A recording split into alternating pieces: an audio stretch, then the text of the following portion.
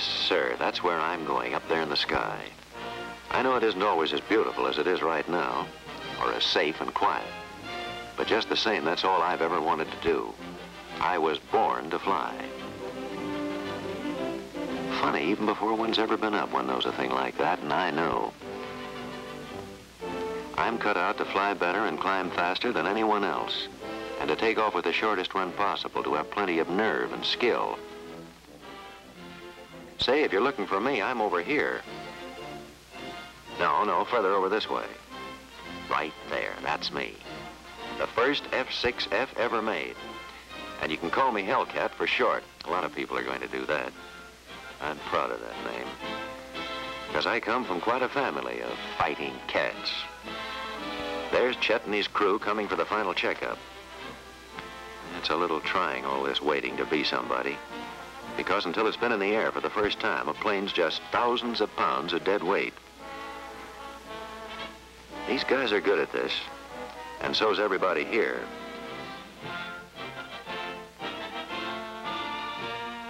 You can tell I'm from Grumman in a lot of ways. Here's one. Square wingtips, they've got definite advantages. The closer you come to stalling, the deader your wing gets, starting on the inside and creeping out. So with the aileron reaching out almost to the end, it means your pilot has aileron control to the last second, plus the advantage of the longer flaps. Lots of hard work and research proved the efficiency of this airfoil. Then the skin is wrapped around you like this, thus saving a lot of building time.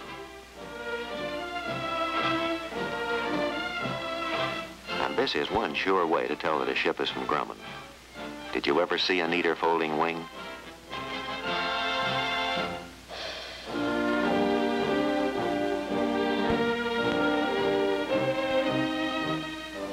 It's a little undignified being treated like this, but if a guy should forget some of his tools, now's the time to find out.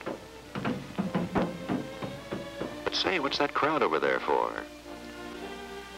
It's him, Connie. And along with him comes the big moment. This is what I've been waiting for. That first big chance to do my stuff. No more time to be nervous now. Worried? Not a bit. I'm darn sure. There are 40,000 reasons why I'm so sure. Those 40,000 parts that make me the Hellcat. Right from the first blueprint, right through engineering, production, assembly, right through all the thousands of operations that went into the job. All along the line, it was skill that made me. Skill and people caring.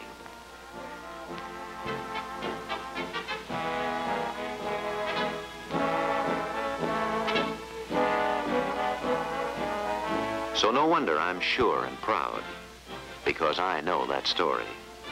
And who would know it better? It all began a while ago on an envelope. Roy Grumman, the boss himself, was at the controls. Back in the summer of '41, he and Jake Swerble were putting their heads together. Jake had just returned from the Pacific, where he talked with pilots who were already in Grumman Wildcats. So right from the beginning, the engineers began to design a pilot ship. And Jake got the plant managers together. They came from plants 2, 3, 4. He got them together to tell them about the new ship. A fast start was necessary, because there was plenty of competition to overcome. But one fine day, yours truly became three-dimensional for testing in the wind tunnel. One look, and you can see there wasn't much trouble there. Then the real work began. It was easy listening to the pilots who knew, but it was a tough job designing all their hopes and prayers into a ship. Here in engineering, they had plenty of voices in their ears, like that of Commander Butch O'Hare, who said, "Give us something that will go upstairs faster." So they designed a motor mount to harness 2,000 horsepower, enough to pull a half-mile-long freight train, or words like, a ship that comes in slower. So your wing flaps were of a new design. Find one that will sit down anywhere.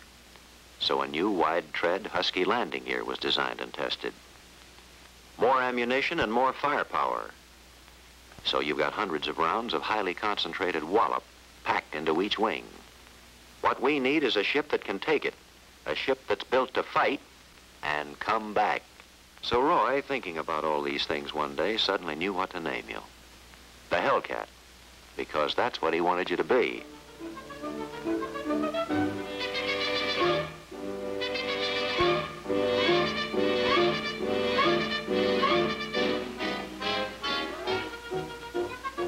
But a name is one thing, and being it is another. There were still plenty of things to be decided. Aerodynamics says this is the shape. Structure says here is the bracing. Ordnance says these are the guns. But you can't have that brace there. That's where the guns have to be. Then you can't have that shape because you can't brace it.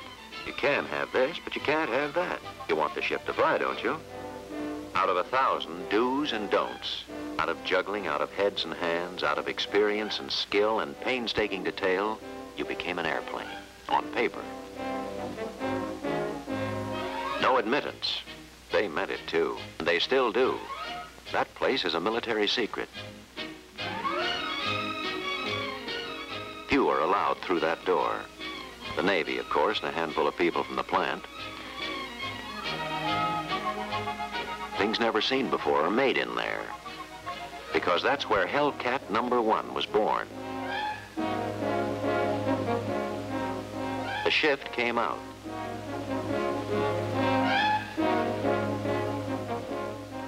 And another one went in. And it changed again and again. They carried me in through that door on paper. They gave me size, a shape, a body. In almost no time, they began bringing me out in metal, piece by piece. And behind other doors, they put those pieces together, made an airplane.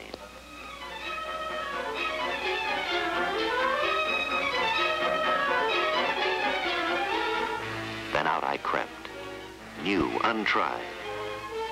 There I was, aluminum alloy. Aluminum alloy 24ST, 24SO, 3S, 1/2 hard, and others too. Copper, brass, magnesium, stainless steel, chromoly, neoprene, plexiglass, plastics, fabric, pheno, and asbestos. There I was, Hellcat #1, and they were looking at me, looking with hope, but not indulgence. Hellcat #1, 11,000 pounds of me, ready to try my wings. And now today's the big day. That's why I'm excited.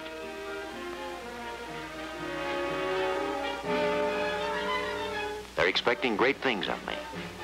This is what they waited for, and so have I. I've been flying for a long time on paper, but this is the real thing.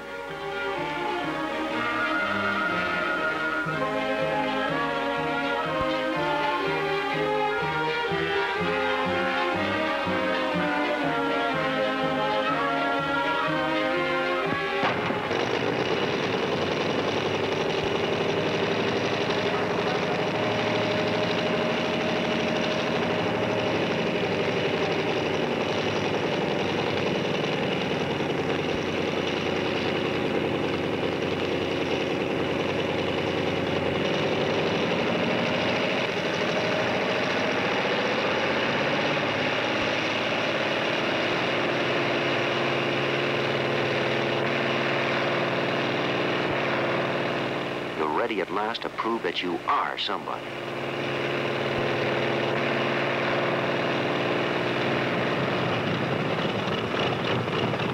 Down that runway is the road to your future. You wait for the word. Flight 4, this is Grumman Tower. You are cleared for takeoff.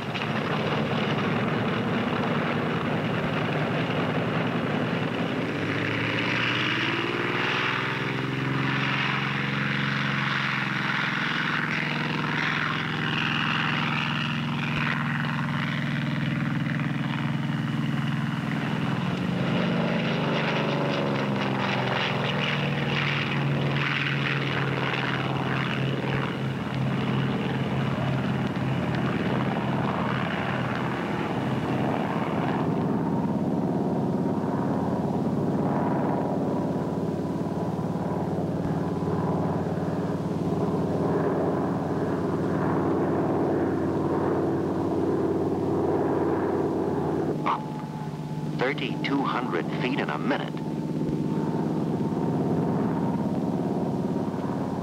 You can hear those future pilots say, "You're for me, Hellcat."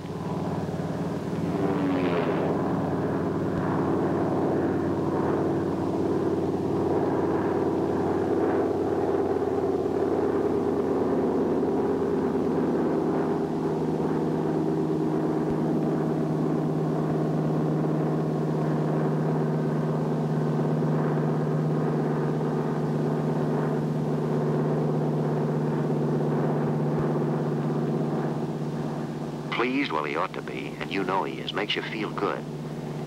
But there isn't much chance to get your breath.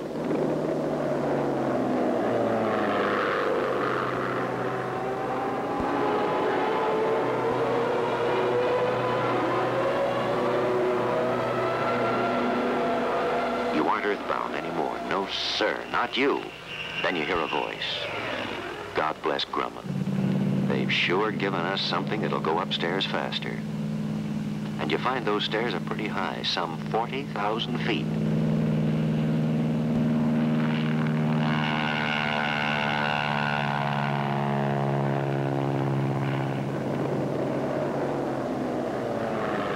fact, you learn that all the things they designed to put into you aren't just hopes and prayers anymore. They're facts. You know now you're the Hellcat the pilots have been waiting for.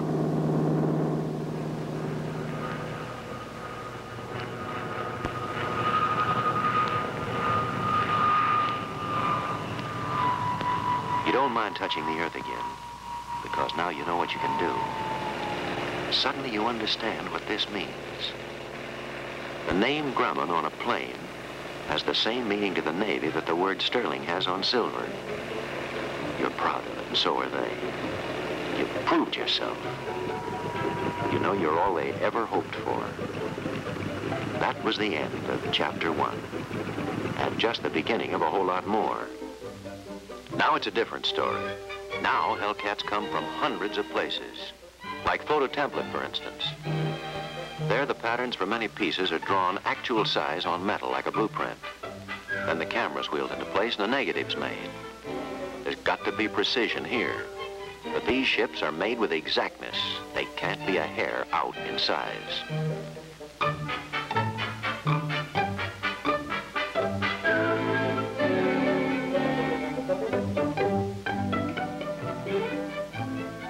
Next, the developed negative is put back in the camera and projected on a blank sheet of metal.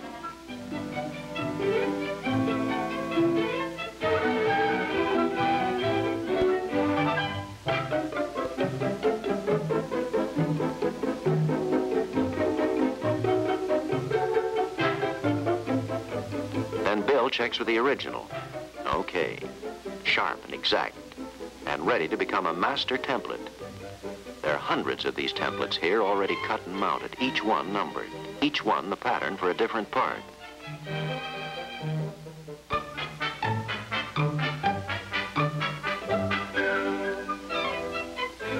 First, the plain flat sheets are cut into prearranged sizes.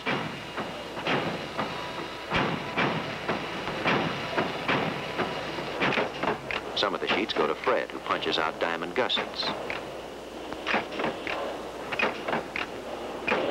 Other pieces come to Tony, who drills them.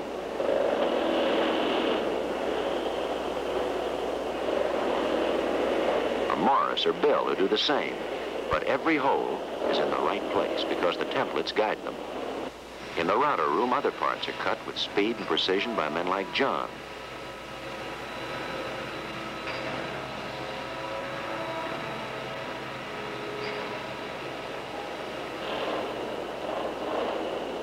Here are 5 pieces of skin cut at one time because of that master template that guides the cutting edge. After they're cut, the pieces are rough and have to be burred.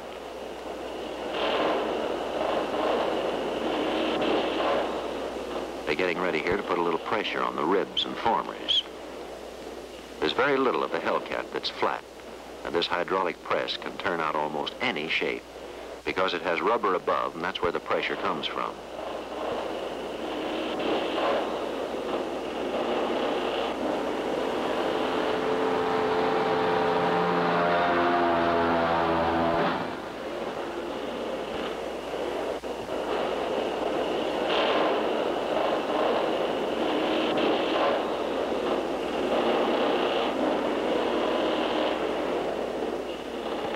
they are. Just that many more parts for the Hellcat. Some parts have to be soft and others hard. And that's what goes on in here. First, 920 degrees of sodium nitrate bath. Then it's quenched.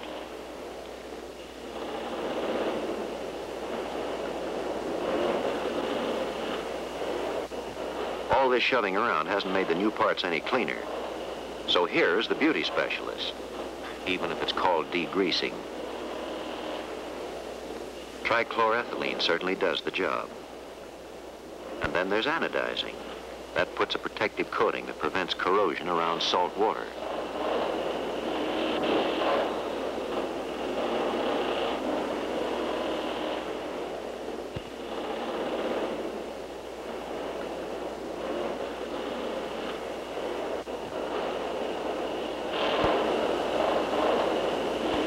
Now they blast on paint for good measure. They go to a lot of trouble to make these parts last. Diamond gussets, filler neck caps, and handles to control the cowl flaps, and the oil cooler shutter. But it's not all aluminum and chrome. There's plexiglass. First, it's heated to make it soft, and then it can be pressed into almost any shape quickly.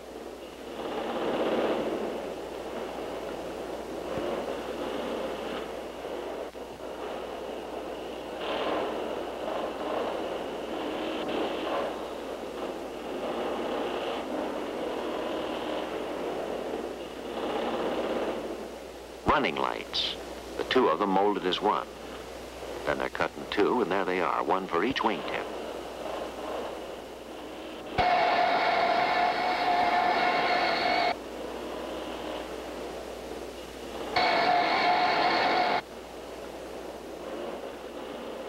Of course, there's more plexiglass for the pilot's convenience and safety.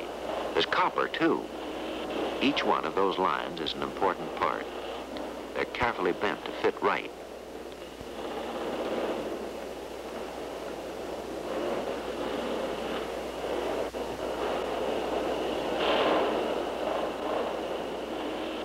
Eddie sets up a bunch of them together to be installed as an assembly. That saves a lot of awkward crawling around inside when they're installed. Other parts are also put together in groups to make sub-assemblies, like this gun charger panel or the filler neck box that Helen's making.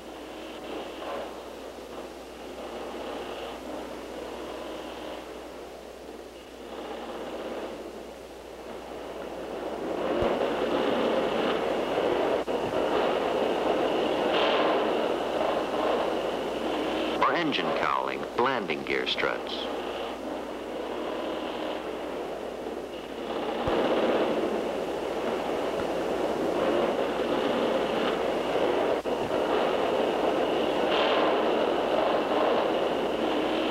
It takes expert production planning to see to it that there's just the right amount of everything to go together properly.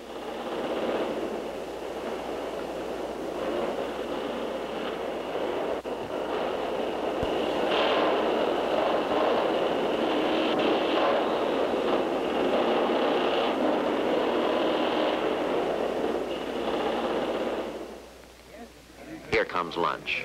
40 minutes of relaxation.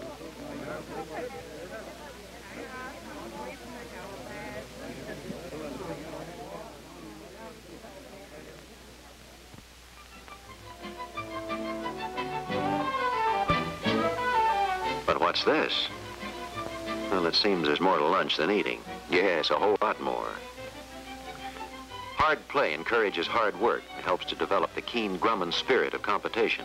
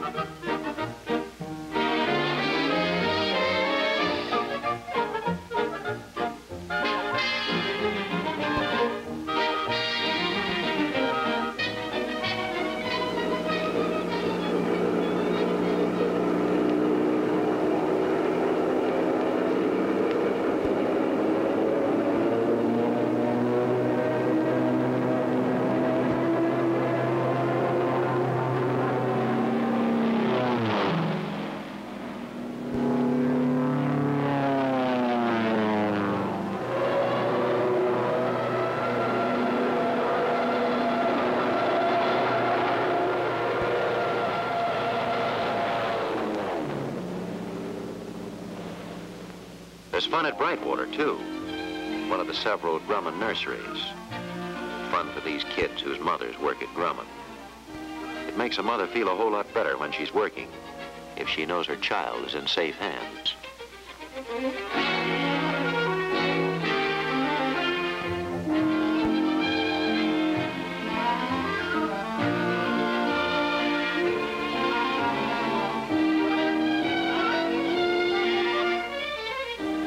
Back at the plant, there's been time for quite a little fun before the other lunch shift. As one shift relaxes, another carries on the important work of Grumman at war.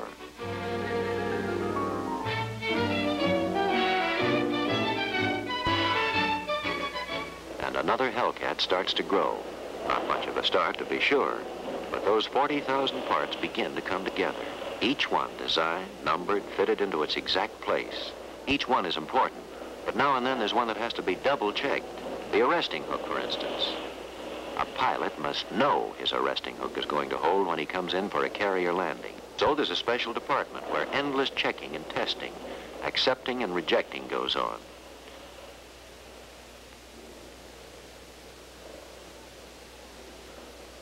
Floyd can tell in a few seconds whether a recoil strut will hold. Part 24,402 is okay. Now the planes are growing in sections, whole flocks of them, all at the same time.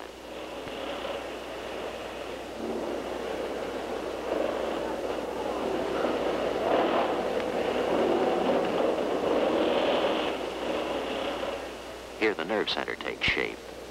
As delicate and complicated a piece of mechanism as could be imagined. It's hard to say which valve is most important, but this one sure does a lot of vital jobs. It controls the landing gear, the wing lock, wing flaps, air cooler, intercooler, and gun charger. So Walter has quite a weight on his shoulders, and so has the valve, about 1,500 pounds. Leak? No, just a loose fitting. Okay. For military aircraft, Grumman was first with retractable landing gear, and every one is still subject to the most rigid tests.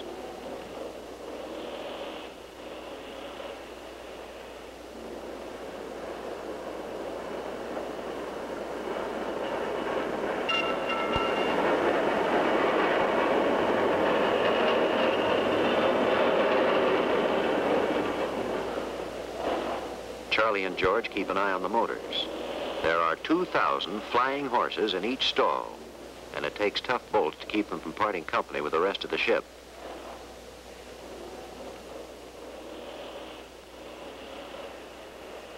And rugged blades to deliver that bite in front.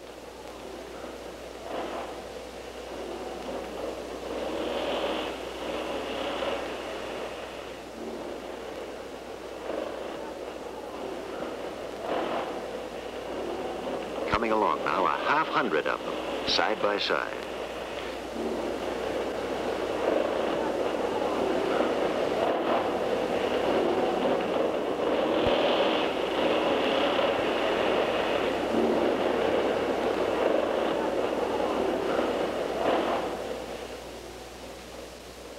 From other nearby Grumman plants come outer panels,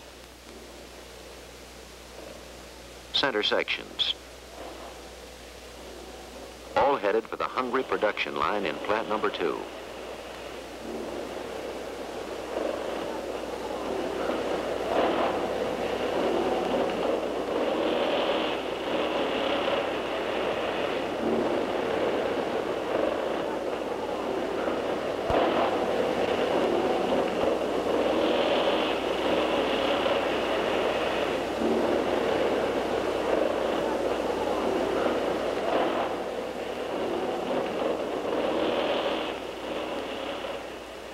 Part 24,002 is added, and another 4,000 expert jobs come together.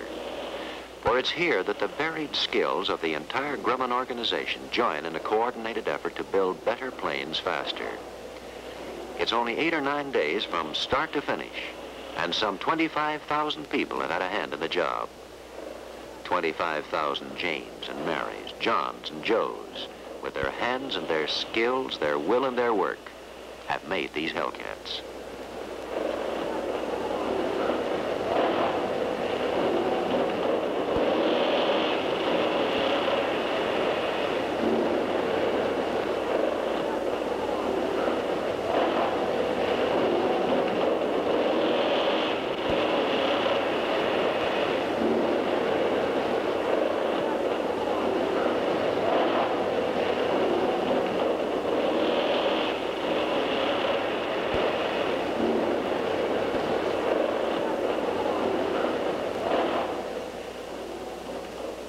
protection and camouflage as a final coat of paint.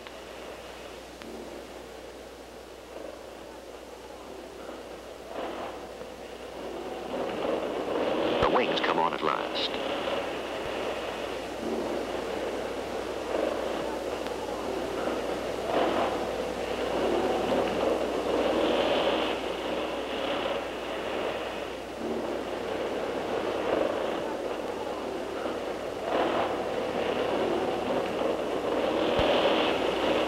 Part 25,923, the wing hinge bolt.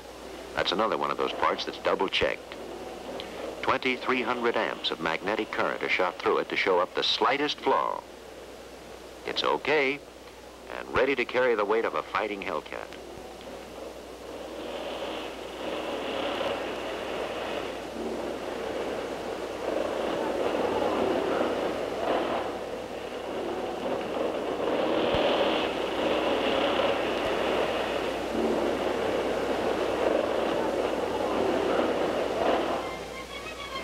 So another one is set for the final test, the one in the air. Complete as it is, no ship can live without spare parts. This platform is the service lifeline, 2 million pounds a month. Some coming, but most of it going wherever Grumman aircraft is doing a job.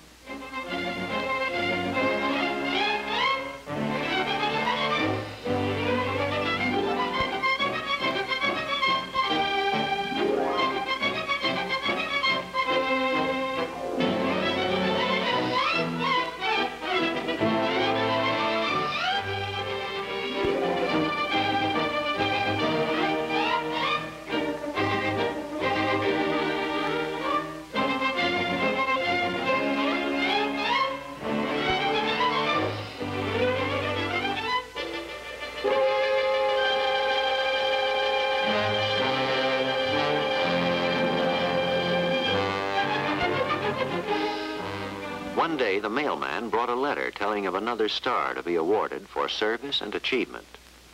There had been other stars, such as those awarded for the production of the famous TBF, the Avenger.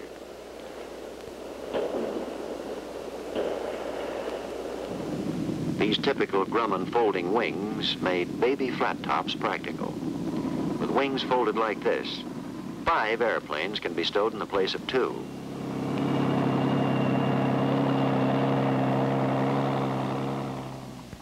But this was a very special star, the one rewarding the building of the Hellcat.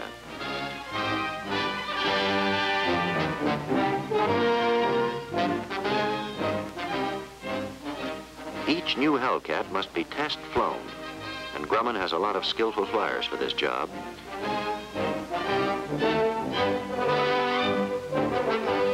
So an okay from one of them means a ship's ready for the Navy.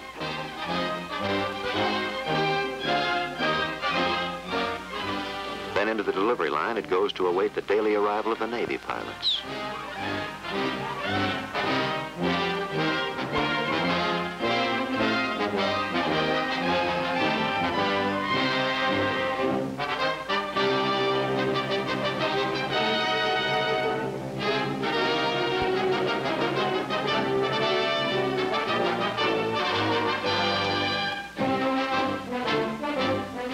Here they come.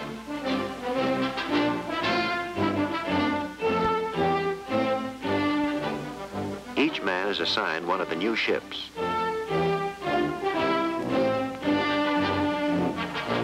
And the scooter speeds him out to his new charge.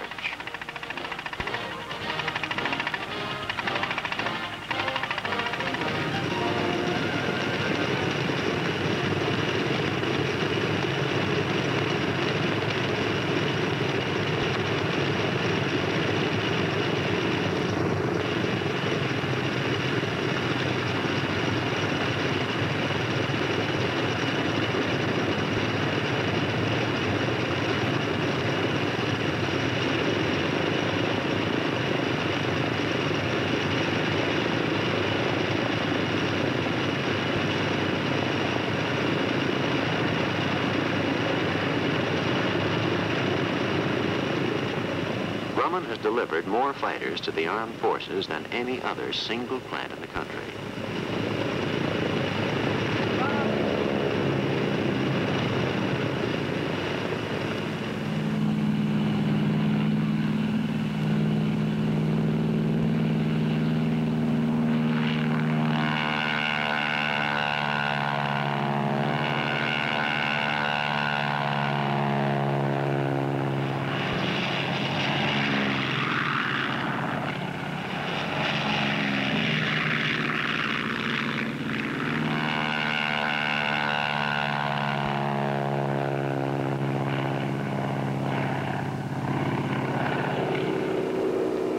last they are on their way. Tried and tested, fit as only a Hellcat is, and ready for their life over the sea.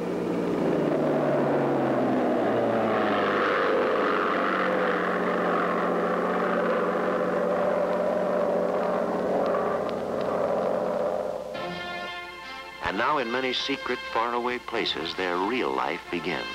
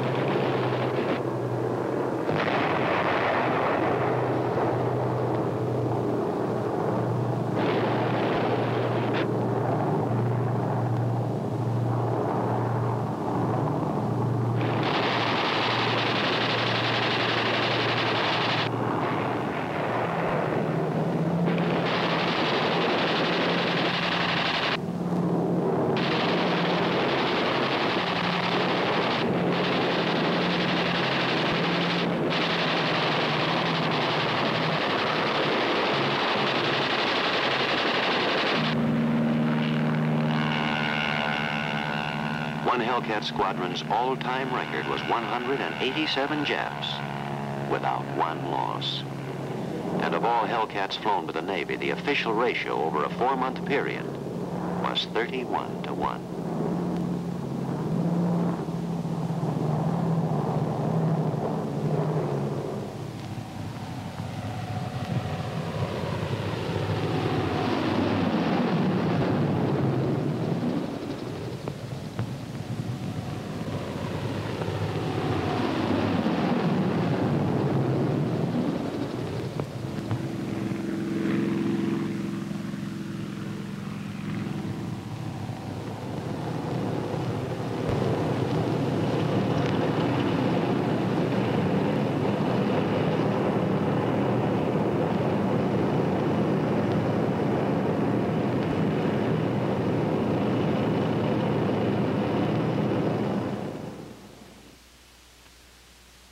Back safe and sound from the mission, and your thoughts sometime turn homeward.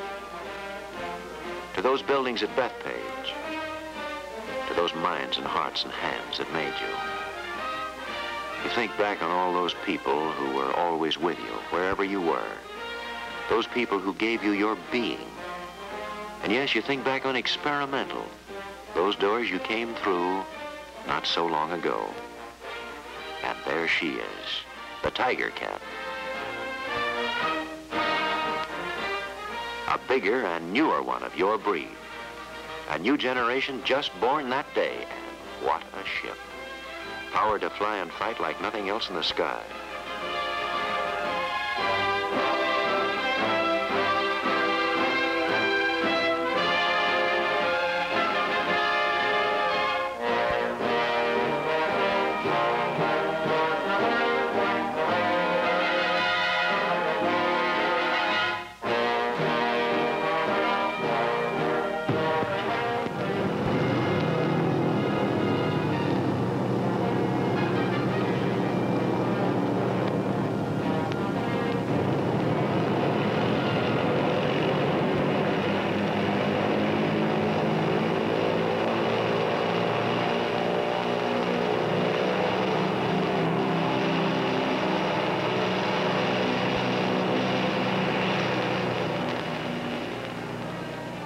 yet, you know those people back there are keeping faith.